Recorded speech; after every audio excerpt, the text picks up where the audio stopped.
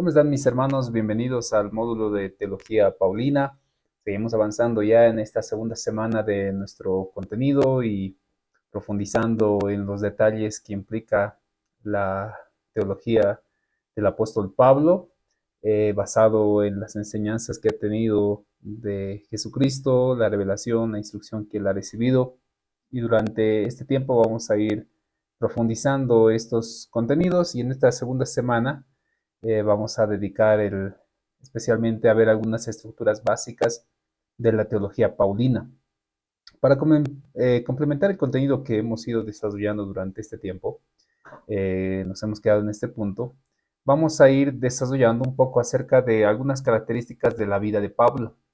F. Bruce dice, Pablo pertenece a ese grupo selecto que define su marco sobre el tiempo que moldean a sus contemporáneos y ejerce una influencia en el futuro.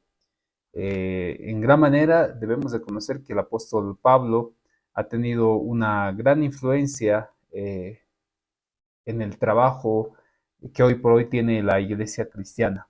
Si bien Pablo, como en algún momento él dirá, yo no he muerto en la cruz por alguien, ni es la clave principal del movimiento cristiano, pero sí ha hecho un gran trabajo en complementar y en sistematizar lo que para los cristianos era una necesidad para ese entonces en la iglesia primitiva y hoy por hoy como iglesia cristiana ya formal nos es de gran importancia.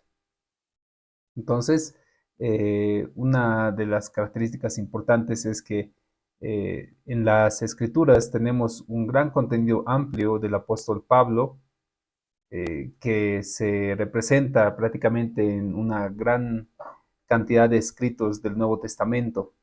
Y como menciona ahí, Hechos habla en gran cantidad desde la conversión del apóstol Pablo y los viajes misioneros que tiene. Además de ello, esto es algo que lo hemos mencionado la semana pasada, es el asunto de que el apóstol Pablo ha hecho una amplia predicación acerca de el público o el grupo de los gentiles. Literalmente azotó las barreras que ya se estaban formando desde el Pentecostés, la predicación en Jerusalén, posterior, tal vez algo cercano, había la predicación a Cornelio, un grupo de samaritanos, pero Pablo literalmente rompió esa barrera y llevó el evangelio a diferentes lugares de la Asia, cosa que tal vez no es que le hubiera sido imposible a los discípulos de la primera generación del Señor, pero sí hubiera sido un desafío importante por la formación que ellos tenían. Entonces es importante reflexionar y entender también de que el apóstol Pablo es quien va a sistematizar en gran manera y con gran profundidad elementos esenciales como lo que es la resurrección, como es parte esencial del cristianismo, la muerte, la vida eterna, elementos que Jesús los daba en base a parábolas. Sin embargo, Pablo va a tratar de sistematizar y explicarlo de forma lógica, que es una característica propia de Pablo. Si bien utiliza en algún momento algún tipo de metáforas, trata de aplicar mucho a la lógica de la explicación. Recordemos un poquito del trasfondo del apóstol Pablo. Recordemos que se menciona mucho de los detalles en el libro de Hechos. Él viene de la tribu de Benjamín. Además de ello, recordemos de que él es hijo de un fariseo, se ha formado como fariseo, además de ello ha estudiado en la escuela de los fariseos, bajo instrucciones además de Gamaliel. Además, no, parece que él no presenció en gran manera el ministerio público de Jesús, pese a que han sido cercanos o contemporáneos. Probablemente al regresar al tiempo en el cual llegó una vez más a Jerusalén, alrededor de, como menciona ahí, los 34 antes o después de Cristo, es donde se ha ido empapando más acerca de estos acontecimientos y consintiendo la muerte de Esteban, que es algo particular también o inicio dentro de su ministerio. Recordemos que algo muy característico y particular de Pablo, que a veces es algo ignorado, es el asunto de su nacionalidad y las características también de la facilidad que tenía él a través de la comunicación, tanto a través de la oratoria, pero además de ello de los idiomas que en ese entonces se manejaban. Él pertenecía a la cultura judía, sin embargo entendía con mucha claridad la cultura griega. Al estar en el Imperio Romano, él, por tener su nacionalidad romana, le era fácil también el poder comprender la cultura romana. Esta esencia hace posible de que el ministerio de la predicación del apóstol Pablo al público gentil sea en gran manera efectiva. Si notamos, se puede considerar de que Pablo al parecer hablaba griego con solidez, con fluidez. En algún momento hebreos lo escuchan y ellos mismos dicen, él está hablando nuestro propio idioma, al parecer hablaba arameo, hebreo, latín. Es un personaje por demás particular para analizarlo. Es por eso creo que dentro de la formación que tenemos nosotros a nivel licenciatura, el estudiar algunas perspectivas esenciales del apóstol Pablo es algo determinante. Pablo tiene dos nombres, no es que hoy por hoy, por ejemplo, yo me llamo Carlos y mi segundo nombre es Sabino, sino que en el caso de Pablo, al pertenecer a culturas diferentes, en el hebreo Saulo y en el latín Pablo, perteneciente a su nombre romano, es algo característico también de su realidad. Por tal razón, es por demás admirar al apóstol Pablo en ese proceso. ¿De dónde nosotros podemos entender de que el apóstol Pablo tiene estas características? O sea, ¿quién se ha inventado o de dónde vienen las fuentes de lo que vamos a comentar, de lo que se comenta del apóstol Pablo? En primer lugar, las cartas paulinas en muchas circunstancias son descriptivas acerca del ministerio paulino, acerca de su familia, del ministerio que desarrolla, del discipulado que está emprendiendo, de los compromisos de viajes que va a hacer. Notamos ahí muchas fuentes y son fuentes de primera categoría o son primeras fuentes del mismo autor, en este caso Pablo mismo. Pero también encontramos en los escritos de Lucas, especialmente en el libro de los Hechos, muchos relatos del apóstol Pablo. Se comenta de que Lucas probablemente escribió ya posterior a la muerte de Pablo. En tal razón, el libro de los Hechos hace una gran amplitud de los viajes paulinos como frescos acerca de todos los comentarios que Pablo añade de su propia historia. En el aspecto físico o en el aspecto de características esenciales de Pablo, recordemos de que él es alguien muy aferrado a defender lo que él consideraba como cierto y verdadero. Hay muchos que probablemente podemos parecernos a tener esta característica, ya que nos cuesta cambiar la perspectiva, la información que tenemos. Y eso es algo propio en Pablo. Él, al tener una revelación de parte del Señor, como fariseo en su formación desde su niñez a nivel familiar, probablemente eso lo ha llevado a tener ideas muy cesadas en relación a la fe, a la religión, a la salvación, acerca del Mesías. Cuando ha tenido ese encuentro en Cristo, algo que va a caracterizar de Pablo es la defensa absoluta, la apología que él tenía para defender lo que él era, lo que para él era cierto. Se lo puede notar como un excelente apologista en defender frente a griegos, frente a judíos, frente a los mismos apóstoles del Señor, frente a comunidades que habían excelentes maestros, como en el caso de Apolos. Él va a defender de la misma manera que ha ido defendiendo cuando él era fariseo. Es algo propio y característico. Acerca de cómo él tenía el aspecto físico, debemos recordar de que hay algunas propias características que Pablo va a mencionar de él, no muy amplio, no muy detallista.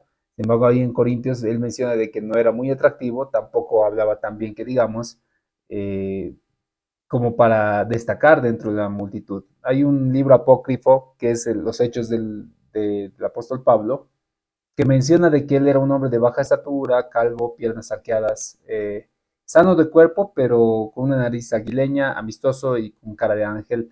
Es un evangelio apócrifo, probablemente no es de conocido, pero sí hay detalles de esta categoría.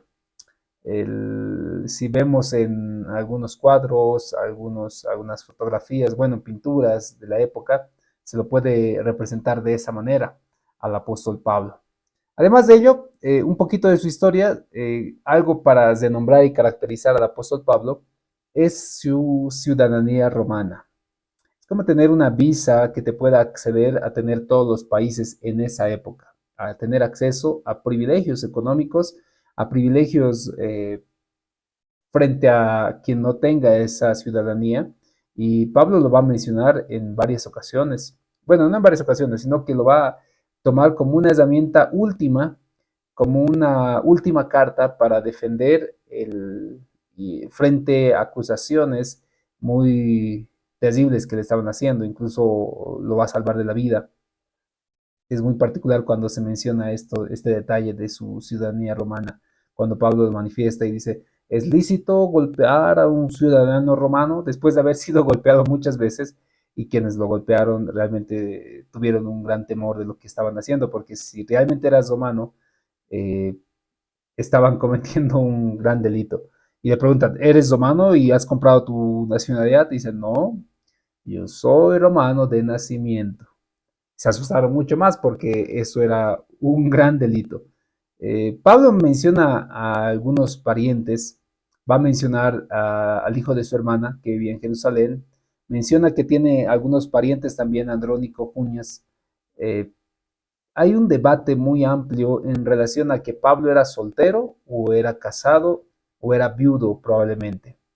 Son teorías, por si acaso, en este punto no se tienen muchas claridades. La tradición expresa de que Pablo no estaba casado y que había enviudado. En algún momento se comenta de que Pablo estaba casado al ser fariseo y sin embargo al tener una revelación espiritual y cambiar la perspectiva del rabino fariseo que iba a ser, probablemente habrá sufrido el abandono o habrá tenido que dar libertad a su mujer. Esto es poco probable, por si acaso, si alguna vez lo han leído esto, pues a que recuerden la cultura machista de la época, involucraba de que la mujer no podía separarse de su marido así porque sí, así tan fácil. Y si hubiera habido ese caso, Pablo tendría que haber dado carta de divorcio para esa circunstancia, cosa que puede ser muy poco probable. Y el, el, se maneja mucho el asunto de que él haya enviudado y que además de ello recomienda en algún momento de que puedan sus seguidores mantenerse así como él, soltero, porque es más importante, le da mayor facilidad para aplicar la palabra, pero si alguno desea casarse y tiene ese deseo de casarse, no se queme, sino cásese. Da ciertas recomendaciones también Pablo al respecto. Entre los oficios que él tenía, menciona de que es hacedor de tiendas. Recordemos de que él es desde su juventud formado en el fariseísmo, es hoy por hoy digamos un maestro, un docente, un teólogo profundo en el área, pero al encontrarse ya en Cristo, no va a tener ciertos ingresos que probablemente iba a generar a través del fariseísmo, eh, pero por tal razón sí había desarrollado un talento que es el hacer las tiendas. En algún momento él dice, yo no quiero ser carga, no quiero ser gravoso para la iglesia, pero sí tengo el derecho, como cualquier apóstol, de tener mujer, de tener familia, de tener una recompensa por el trabajo que estoy realizando. Si yo siembro en ustedes algo espiritual, tengo el derecho de coger algo material. Pablo defenderá su ministerio en varias ocasiones, tanto en el libro de los Hechos y en alguna de sus cartas, lo vamos a ver enseguida, y puesto a que se ponía en descrédito lo que él estaba haciendo y lo que podía llegar a ser. El relato de su conversión es muy impactante, considero yo, puesto a que él está yendo convencido de que los que están siguiendo a ese tal Jesús están viviendo una falacia, son herejes del movimiento judío y en vez de dejarlo a la libertad como Gamaliel lo había sugerido, él prefería tratar de borrarlos de la historia. En camino a Damasco se encuentra, pasa 3 días hasta encontrarse con Ananías, quien le explica con mayor amplitud lo que es el Evangelio y además de enseñarle, es bautizado el apóstol Pablo en esa circunstancia. Lo primero que hace Pablo, y es algo muy interesante, es predicar, dar testimonio de lo que él estaba haciendo en Damasco y en otros lugares también. Pero algo que sí es importante de conocer es que el apóstol Pablo no apareció al escenario público de la noche a la mañana. No es que camino a Damasco se convirtió y dentro de una semana ya era el gran apóstol y predicador a las naciones. Tuvieron que pasar muchos años, más de una década. 3 años estaba en Damasco y Arabia. 14 años más o menos estaba en Tarso, en su pueblo, en Antioquía, comprendiendo también un poco acerca del público gentil y la predicación de la palabra. Es probablemente que ahí recibió ese llamado a la predicación de los gentiles, puesto que en Antioquía son llamados en primer lugar cristianos y también Pablo va a ser apartado juntamente a Bernabé para la predicación que se tenía en ese entonces. Pablo no aparece, mis hermanos, de la noche a la mañana.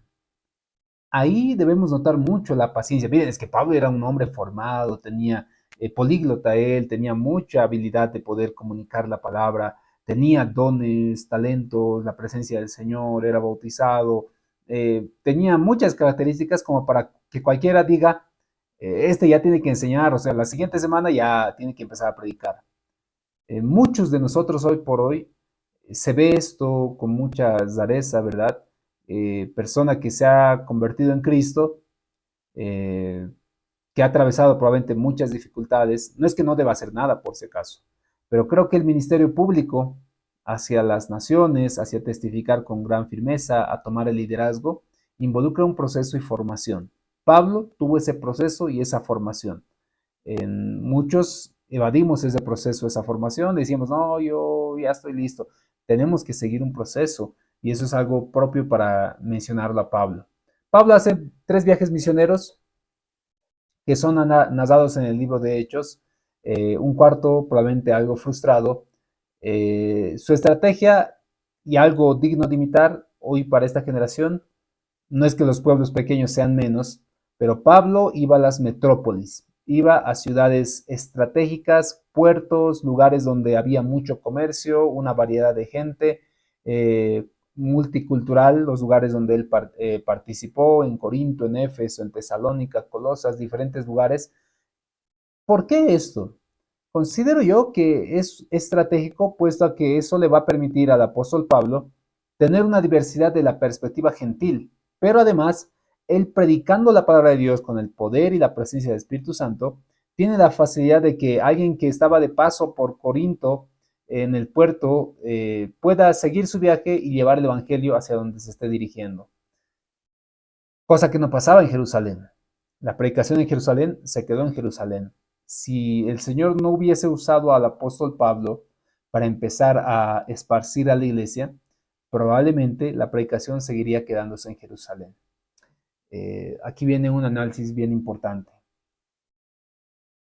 Cuando la iglesia está relajada y tranquila, cuando está todo bien, viento en popa, paga los impuestos, tiene su propiedad, tiene su templo, ingresos saludables, empezamos a relajarnos y a estar tranquilos. Y eso genera un letargo en la iglesia, un adormecimiento que no permite el desarrollo de la congregación. Cuando nosotros como iglesia en algún momento nos quedamos cómodos, es entonces donde probablemente se genere el momento más crítico para nuestra congregación.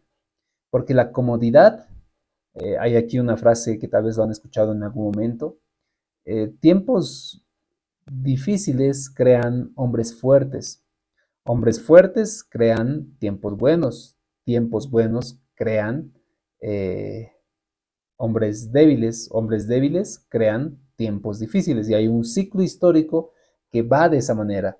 Y la iglesia también atraviesa esto. En Jerusalén son llenos del Espíritu Santo. Si bien todavía no estaba una persecución férrea del Imperio Romano, ni de Pablo, ni de los judíos, la iglesia estaba creciendo firme. Cada día el Señor añadía a los que iban a ser salvos, la gente vendía sus propiedades, lo ponía a los pies de los apóstoles. Había un crecimiento muy hermoso, pero solo en el público judío. Tuvo el Señor que llamar a Pablo, siendo fariseo, ¿para qué? Para que Pablo mueva el avispero en Jerusalén y fuesen esparcidos. La crisis de la iglesia primitiva dio como surgimiento a la fortaleza de la iglesia. La crisis que ellos atravesaron a través de la muerte, a través del dolor, de la persecución, hizo que la iglesia sea mucho más fuerte. Si nosotros algo debemos notar de la iglesia primitiva, es esto, que ellos no la tuvieron fácil, que cuando la tuvieron fácil, la iglesia empezó a adormecerse. Y eso pasa a lo largo de la historia, mis hermanos. Hoy por hoy que tal vez estamos atravesando en la iglesia, en el mundo, dificultades en relación a la economía, al agua, a las guerras, no deberíamos preocuparnos como iglesia, no significa que, ya bueno, me vale, sino que la esperanza que nosotros tenemos viene de Cristo, que los tiempos difíciles hacen que la iglesia se fortalezca, que se unan más a otros, que se animen unos a otros, que compartan el pan, que se animen, que oren unos por otros. Pero cuando la iglesia se relaja y tiene todo tranquilo, todo está bien, nadie se preocupa por el otro, nadie quiere hacer misiones, nadie quiere hacer ministerio, todos estamos en Jerusalén cesados, felices y tranquilos. Pablo fue utilizado por el Señor para empezar a dispersar la iglesia y Pablo llevó la iglesia a diferentes lugares a través del llamado que ha tenido Antioquía. Recordemos que Pablo empieza en la sinagoga, pero va luego a lugares paganos, a lugares gentiles, para empezar a predicar la palabra de Dios. En pocos meses se llevan el tiempo de sus viajes y es algo que debería ser notorio para nosotros, que el ministerio de Pablo es un ministerio de seguimiento, es un ministerio que va desarrollando discipulado. Para tal razón, Pablo va a escribir muchas cartas. 13 son las cartas que actualmente tenemos. Si bien Pablo menciona algunas cartas, por ejemplo, el de la Odisea, menciona previas cartas que se han escrito o posteriores cartas que se van a escribir, son las que se han oficializado dentro del canon bíblico del Nuevo Testamento. Pablo, además, debemos recordar de que en algún momento Pablo va a escribir sus cartas, en algún instante va a utilizar escribanos, en algún momento eh, va a ser quien dicte, va a ser quien dé la salutación final. Cada carta, mis hermanos, de Pablo es bien particular y es algo que debemos de conocer también. Pablo no escribe al azar, no es que Pablo se sienta y dice, bueno, empezaré a escribir lo que creo yo, sino que las cartas que escriben son circunstanciales, tienen destinatario, tienen momento específico histórico en el cual se han escrito. En algún momento va a ser respuesta a una carta que probablemente la hayan escrito, o respuesta a algún comentario que ha recibido, o respuesta, quién sabe, a uno de sus discípulos frente a las necesidades que está atravesando. Pablo no sistematiza, evidentemente, de manera ordenada todas sus cartas, sino que va a expresar con cabalidad de acuerdo a las circunstancias en las cuales viven. Es importante también mencionar de que en los escritos paulinos se escriben en lugares geográficos diferentes. Y estos lugares geográficos diferentes se debe considerar de que la cultura en la cual viven, el contexto en el cual viven, es muy diverso. La iglesia de Corinto, que está cerca de Atenas, es muy diferente a una iglesia de Éfeso, donde hay mucho politeísmo, hay una diosa bien plantada. Es muy diferente al contexto de Roma, es muy diferente a una carta personal a uno de sus discípulos, Timoteo, que lo ha tenido y lo ha engendrado él mismo, dice de alguna manera. eh, una carta a Filemón es muy complicada cuando va a llevar a Onésimo, quien ha sido engendrado en prisiones. Todas tienen un propósito y una ocasión. Y como estudiantes de teología paulina, debemos analizar con mucho detenimiento las cartas desde esa perspectiva. No podemos dejar al azar, decir, bueno, a ver, y tratar de unificar de manera sencilla. Es importante profundizar esos aspectos. Algo tal vez para analizar, importante de mencionar, es que en los viajes paulinos que hace, en sus viajes misioneros, siempre va a tener una especie de controversia cuando va a regresar a Jerusalén. Recuerden que Jerusalén es la clave o es como que la capital del movimiento cristiano primitivo. Ahí empezó el Pentecostés, ahí empezó los primeros convertidos. Jerusalén es donde se van a sitiar la mayoría de los discípulos y van a fortificarse en ese lugar para desde ese punto empezar a predicar la palabra de Dios. Recuerden que al principio los hermanos de Jerusalén, los apóstoles, no tienen mucha cercanía con Pablo, no lo ven con buenos ojos, tienen todavía miedo, evidentemente porque él les ha consentido la muerte de uno de sus discípulos, eh, en este caso Esteban. Eh, Sin embargo, en los siguientes encuentros que va a haber en Jerusalén, se nota de que no solo tiene una división con los discípulos, sino que también el público judío va a tener controversia con el apóstol Pablo. ¿Por qué? Porque es un anterior fariseo, es alguien que probablemente era alguien prodigio en el ámbito de la enseñanza de la ley, pero hoy por hoy cambió la enseñanza y ahora predica de Cristo.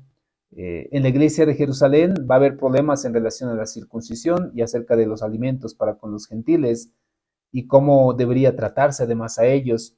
Es por tal razón que en algún momento, en una de las últimas reuniones, Pablo es acusado como hereje frente a toda la comunidad de los judíos y de las autoridades romanas. En este caso, ahí, como se menciona, Festo, Félix, Agripa, Pablo no es bien visto en ese contexto. Además de ello, es importante ya ir mencionando un poquito acerca de eh, la muerte de Pablo o el martirio que él ha recibido. No se escribe de esto en los hechos. Pablo va a hacer simplemente una pequeña pincelada de que su tiempo ya ha concluido, de que ya ha corrido la carrera, que ya viene el tiempo simplemente de la corona. La tradición habla mucho acerca de cómo los apóstoles han ido sufriendo diferentes tipos de martirios. Tertuliano, que es un escritor de la iglesia primitiva, los padres de la iglesia, va a mencionar de que Pablo tuvo una muerte similar a la de Juan el Bautista. Esto significa que ha sido decapitado. Probablemente esto, puesto a que es consciente, es natural en el contexto romano, una de las torturas o uno de los martirios más cotidianos. Eusebio de Cesarea también menciona que Pablo igual ha sido decapitado y Pedro además ha sido crucificado. Crisóstomo también menciona de que Nerón había conocido personalmente a Pablo y es quien lo hizo matar. El ministerio de Pablo es algo digno de imitar hoy por hoy para la iglesia cristiana, puesto a que requerimos, creo que más todavía en esta generación donde el mundo se ha globalizado, tenemos exceso de información, que la información es un gran poder en este tiempo, que la inteligencia artificial nos facilita muchas cosas, pero que también así puede llegar a tergiversar la información y dar argumentos muy sólidos a quienes no creen sinceramente en el Señor.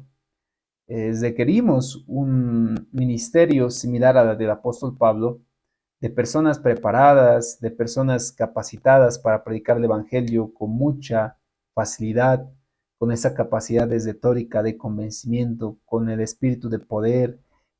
Como Pablo diría, que no solo son palabras vacías, sino es un testimonio de poder el que lo acompañaba. Requerimos, mis hermanos, esa formación hoy por hoy. Les animo a que ustedes sigan perseverando en la formación así como lo están haciendo y llegar a concluir. Muchos, mientras veía sus saludos, veía de que están concluyendo ya, que están en unas cuantas materias. Felicidades, pero no sea ese el límite. Sigan viajando mucho más en el viaje de aprendizaje de la palabra de Dios, de reflexionar, de proponer, de resolver muchas necesidades que la iglesia tiene. Pablo no es que resolvió todas las necesidades, mis hermanos, que la iglesia enfrenta hoy por hoy. Si bien hay principios de los cuales podemos rescatar algo de la esencia paulina, de las enseñanzas que él ha ido sistematizando para Corinto, para Éfeso, para Galacia, para diferentes congregaciones de la época, hay áreas las cuales no se mencionan. Es como un vacío legal que se establece, pero lo que nos debe guiar son los principios bíblicos que tenemos en el proceso. Esos principios a nosotros nos deben permitir, de alguna forma, eh, dar alguna respuesta a los eh, a las diferentes necesidades y preguntas que tenemos dentro de la congregación. Es importante recordar eso, mis hermanos, ya que lamentablemente hoy por hoy esta generación es muy curiosa. O sea, esta generación tiene, eh, qué decir, ese escozor de aprender más de la palabra de Dios. Sin embargo, van a encontrarse con muchas respuestas en el proceso, van a encontrarse con muchos momentos en los cuales probablemente no van a tener una solidez en su conocimiento. Es ahí donde nosotros debemos considerar la importancia de la predicación cristiana con lógica, con argumentos, con historia, así como el apóstol Pablo lo ha ido desarrollando en su proceso de ministerio que tenía. Para seguir avanzando, vamos a ver un poquito acerca de la unidad número 2 y de cómo eh, Pablo ha ido desarrollando algunas características importantes de la iglesia primitiva y hoy por hoy también para nosotros. Se los presento. En la unidad 2 tenemos este contenido que son las estructuras básicas de la teología de Pablo. Pablo va a hablar de muchos temas, entendamos eso. Durante estas semanas vamos a tratar de rescatar los temas más esenciales que tenemos, sin embargo, es una especialidad, considero yo, la teología paulina para cualquier cristiano. En este tiempo vamos a comentar un poquito acerca de los temas centrales de las cartas paulinas y un poquito acerca de lo que es la autoridad del apóstol Pablo, que lo va a defender en varias ocasiones. Primero, algunas doctrinas esenciales o temas centrales en las cartas de Pablo. Recordemos que Pablo en sus cartas es ampuloso, es amplio en su desarrollo, pero también es ocasional. No hay sistematización. Aquí viene un debate muy interesante que en algún momento lo vamos a tener, seguramente en la iglesia, en algún momento se nos va a dar. Es el asunto de los ministerios que Pablo menciona, los 5 ministerios, como que fuesen los únicos. Y en tal razón no se considera un ministerio hoy por hoy las redes sociales, no se considera un ministerio, quién sabe hoy por hoy, la música dentro de la iglesia, solo estos 5. Es que Pablo quería dar esto. Recordemos de que Pablo va a hablar de los ministerios, pero da como diferentes listas, no unifica. Añade en algún momento otros, en algunos los quitan. Al parecer no era una lista la que proponía Pablo, sino era algo contextual a la circunstancia, a la carta que se había escrito, a la necesidad que se estaba planteando. Entre los temas esenciales que tenemos en las cartas de Pablo, siempre va a hablar el asunto de la gracia. En la iglesia de Nazareno hablamos mucho de lo que es la gracia preveniente, la gracia santificadora. La gracia viene esto de lo que es gratuito. Pablo literalmente recibió la gracia, un favor inmerecido de parte de Dios, sin que él lo había requerido, sin que él lo había solicitado, lo había recibido camino a Damasco. Él no lo había buscado, él no lo había pedido, pero se benefició de esta gracia. Entonces Pablo enfatiza de que para la salvación algo elemental y esencial es la gracia, no por obras para que nadie se gloríe, sino por gracia, porque esto es un don de Dios, es un regalo de Dios. Pablo entiende de que la justificación es por gracia a través de Jesucristo y hace un claro hincapié de que no es por obras. Aquí lo podemos leer, voy a buscar en el libro de Efesios capítulo 2, versículos 8 y 9, para que lo puedan ir revisando también en casa. Efesios 2, 8, 9, se los leo. Dice de la siguiente manera, eh, porque por gracia sois salvos, por medio de la fe. Y esto no es de vosotros, pues es don de Dios, no por obras, para que nadie se gloríe. Aquí da paso al asunto de que si la salvación es por gracia, entonces, ¿qué es lo que yo como ser humano puedo hacer? ¿Cuál es la respuesta que yo debo dar? Entonces, ¿qué es lo que yo puedo hacer para la salvación? Y Pablo va a aclarar de que lo único que el ser humano puede hacer es tener fe. Romanos capítulo 3, versículo 28, se lee de la siguiente manera. Concluimos pues que el hombre es justificado por fe, sin las obras de la ley. Después de hacer una gran aclaración acerca de la justicia por medio de la fe, Pablo dice, el hombre es justificado por la fe. La fe para el apóstol Pablo es esa confianza, es esa aceptación de las promesas que Dios tiene para con nosotros. Entendemos de que por medio de la fe nosotros somos justos delante de Dios, por nuestros medios, por nuestra fuerza, por nuestro conocimiento, no podemos alcanzar salvación, sino por medio de la fe. Recientemente estaba revisando una vez más el libro de Camino,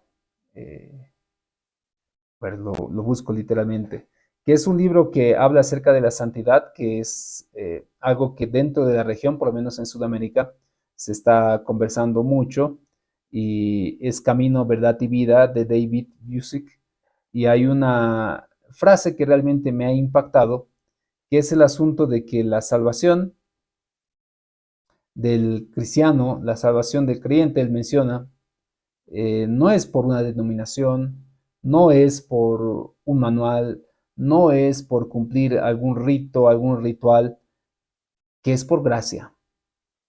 Como Pablo diría, es por gracia, para que el hombre no se gloríe, para que el hombre no diga yo lo hago, yo soy el que tiene el poder, yo soy el que tiene la autoridad, yo soy el que lo he alcanzado.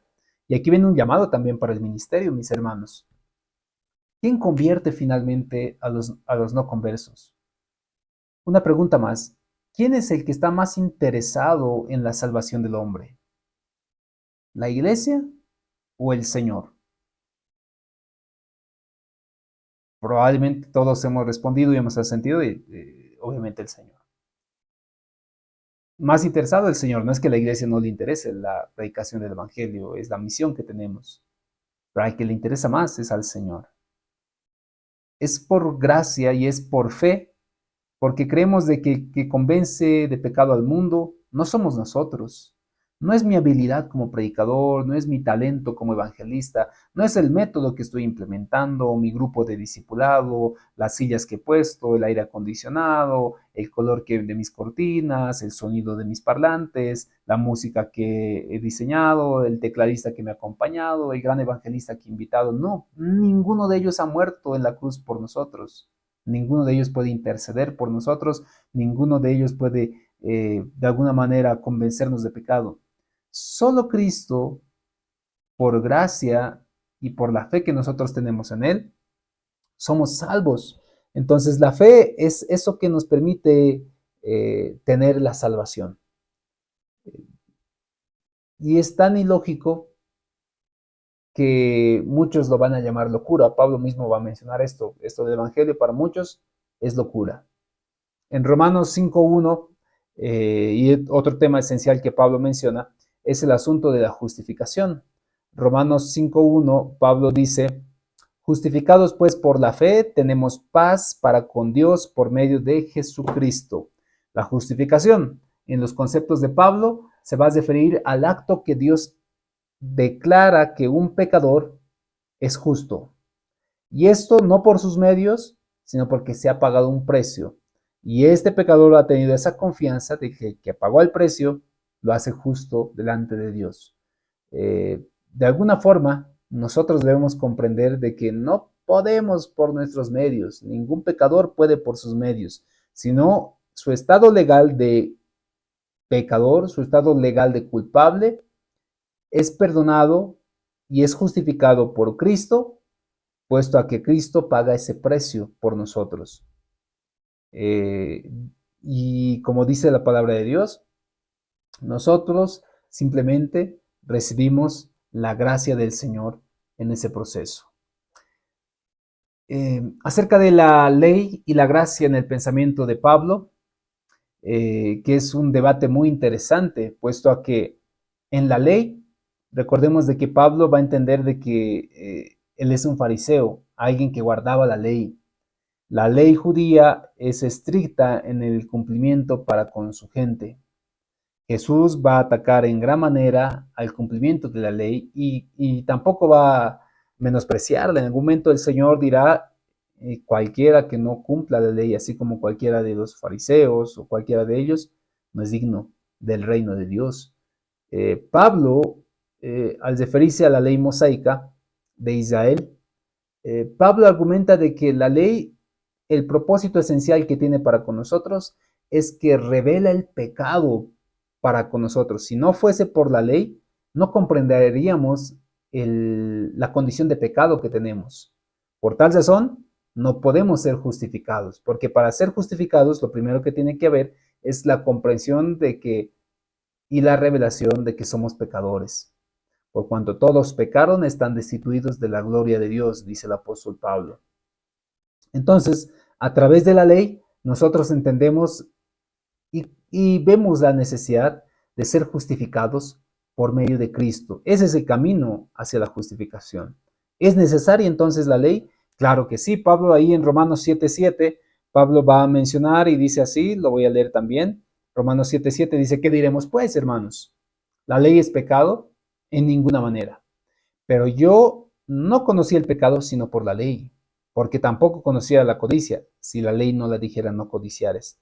Mas el pecado, tomando ocasión por el mandamiento, produjo en mí codicia, porque sin la ley el pecado está muerto.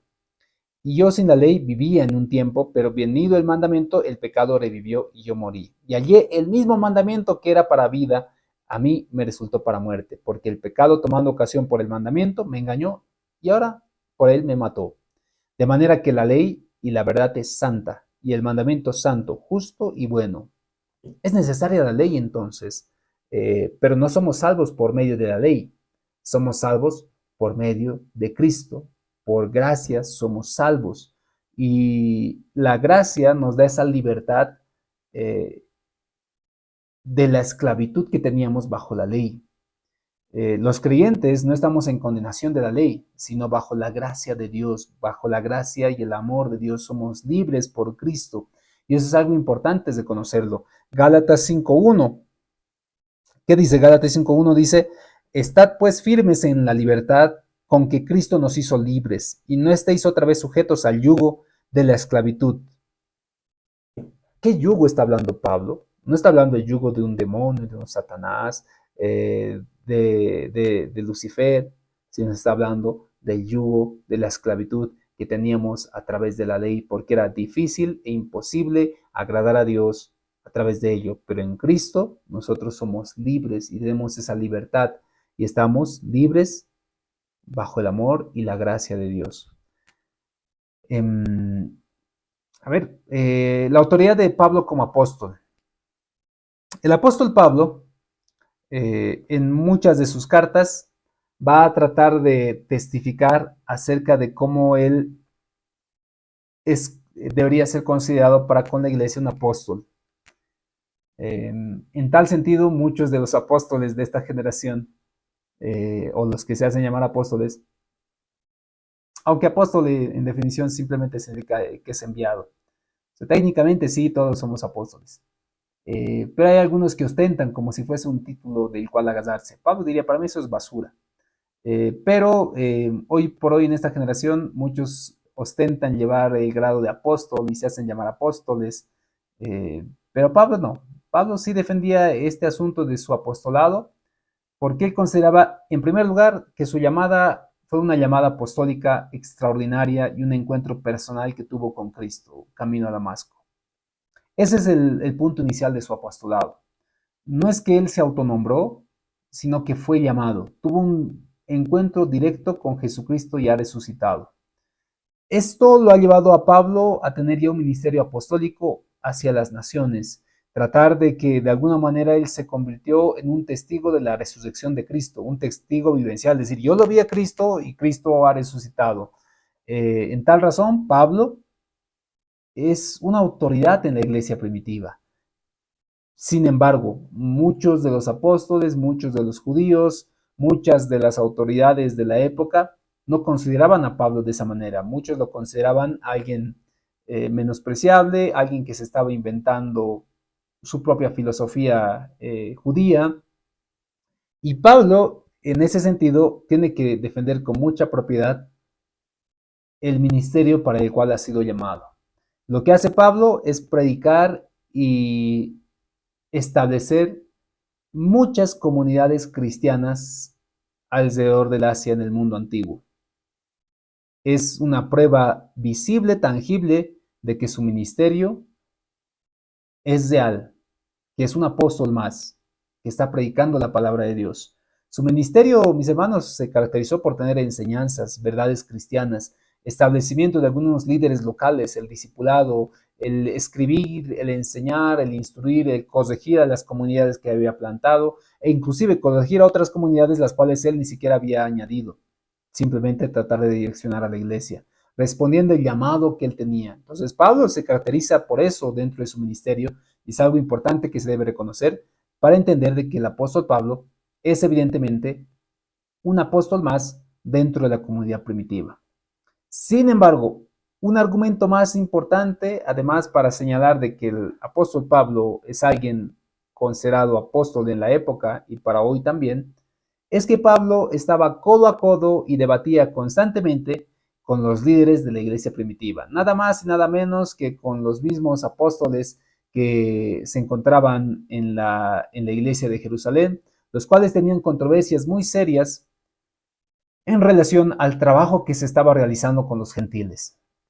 Se quería judaizar a los gentiles, se estaba de alguna manera obligando a ser circuncidados, a guardar las fiestas judías, a guardar el cuidado alimenticio, los alimentos que ellos tenían, y probablemente se seguía predicando el Evangelio, pero se estaba distorsionando. Hay una frase muy interesante que habla acerca del Evangelio. Cualquier predicación del Evangelio que tenga algo añadido no es Evangelio. El Evangelio de la prosperidad no es Evangelio. El Evangelio del feminista, no. El Evangelio machista, no. El Evangelio comunista, no. Cualquier Evangelio que tenga algo añadido no es Evangelio. Y en la época primitiva se estaba predicando un Evangelio judaizante, un Evangelio en el cual se pretendía que los que eran gentiles y que no habían nacido judíos tenían que empezar a cumplir los rituales judíos. Pablo defendió en gran manera en el libro de Gálatas. Pablo menciona Gálatas capítulo 2, versículos 11 al 14, incluso hasta el 20, dice así: pero cuando Pedro vino a Antioquía, le resistí cara a cara. No lo dice el apóstol Pedro. Pedro de Pablo, dice el hermano Pablo. Pero cuando Pedro vino a Antioquía, le resistí cara a cara porque era de condenar. Pues antes que viniesen algunos de parte de Jacobo, comía con los gentiles. Pero después que vinieron, se retraía, se apartaba. ¿Por qué? Tenía miedo de los de la circuncisión. O sea, el apóstol Pedro tenía todavía, pese a que ha tenido instrucción con Cornelio, ha visto cómo eran llenos del Espíritu Santo, ha recibido exhortación de parte del Señor, que no llame inmundo a lo que Dios había santificado o había apartado. Pedro le costaba todavía mucho el entender esa realidad. Y Pablo dice, yo lo exhorté, porque cuando él comía con los gentiles y de pronto llegaban Jacobo o los hermanos también de Jerusalén, él se retraía y se apartaba porque tenía miedo de los de la circuncisión. Y en su simulación participaba también con los otros judíos, de tal manera que aún Bernabé fue también arrastrado por esta hipocresía de ellos. Pero cuando vi que no andaban rectamente conforme a la verdad del Evangelio, le dije a Pedro delante de todos: si tú siendo judío vives como los gentiles y no como judío, ¿por qué obligas a los gentiles a judaizar? Nosotros judíos de nacimiento y no pecadores de entre los gentiles, sabiendo que el hombre no es justificado por las obras de la ley, sino por la fe de Jesucristo, nosotros también hemos creído en Jesucristo para ser justificados por la fe en Cristo y no por las obras de la ley, por cuanto por las obras de la ley nadie será justificado. Y así, buscando ser justificados en Cristo, también nosotros somos hallados pecadores. Es por esto que Cristo ministro de pecado en ninguna manera. Porque si las cosas que destruí las mismas vuelvo a edificar, transgresor me hago. Porque yo por la ley soy muerto para la ley, a fin de vivir para Dios. Pablo, esto es una sentencia final. Con Cristo estoy juntamente crucificado, ya no vivo yo, mas Cristo vive en mí. Y lo que hago ahora, lo vivo en la carne, lo vivo en la fe del Hijo de Dios, el cual me amó y se entregó a sí mismo por mí. No desecho la gracia de Dios, pues si por la ley fuese justicia, entonces por demás murió Cristo. ¿Para qué murió Cristo si ya estaba la ley escrita? ¿Para qué vino? Pablo, como defensor del apostolado que él tenía, era capaz de confrontar cara a cara a las autoridades apostólicas de la época. En tal razón, Pablo es un apóstol más reconocido en la iglesia primitiva y reconocido también entre nosotros. La teología paulina es profunda, Pablo es un hombre apasionado, Pablo es del Levante hasta el día de hoy y para nosotros como iglesia cristiana es una inspiración constante. Sigamos profundizando más en los conceptos paulinos que tenemos acerca de la enseñanza de la palabra de Dios y vayamos también cumpliendo con las asignaciones que tenemos. Las lecturas complementarias nos permitirán ver una perspectiva más amplia de lo que Pablo ha hecho en el ministerio. Necesitamos evidentemente una iglesia formada, una iglesia desafiada como el apóstol Pablo frente a las necesidades que vivía. Si notan, mis hermanos, las cartas paulinas han sido escritas frente a las necesidades de la iglesia. Son palabras de exhortación, de enseñanza, de ánimo, de, de instrucciones precisas, ministeriales, de jerarquía, de enseñanzas, con un sentido y con el sentido de que el cuerpo de Cristo sea edificado. Hoy por hoy, mis hermanos, requerimos eso también para la iglesia. De romper de alguna manera las barreras que tenemos a través del conformismo, de la hipocresía, de la ignorancia. Requerimos hoy en esta generación pastores que amen la lectura, pastores que deseen aprender más de la palabra de Dios, que tengan esa inspiración llenas del Espíritu Santo para convencer de alguna manera a través de la lógica del razonamiento a quienes aún no conocen de Cristo. Lamentablemente es que hay muchos filósofos, muchos pensadores en esta generación que enseñan cosas aisladas de la palabra de Dios. Les animo a que ustedes puedan seguir ese proceso y sé que el Señor va a seguir obrando en sus vidas. Nos vamos a encontrar en la siguiente semana. Vayamos cumpliendo con nuestras asignaciones y Dios mediante, si es que el Señor no viene pronto, nos encontramos también. Muchas bendiciones.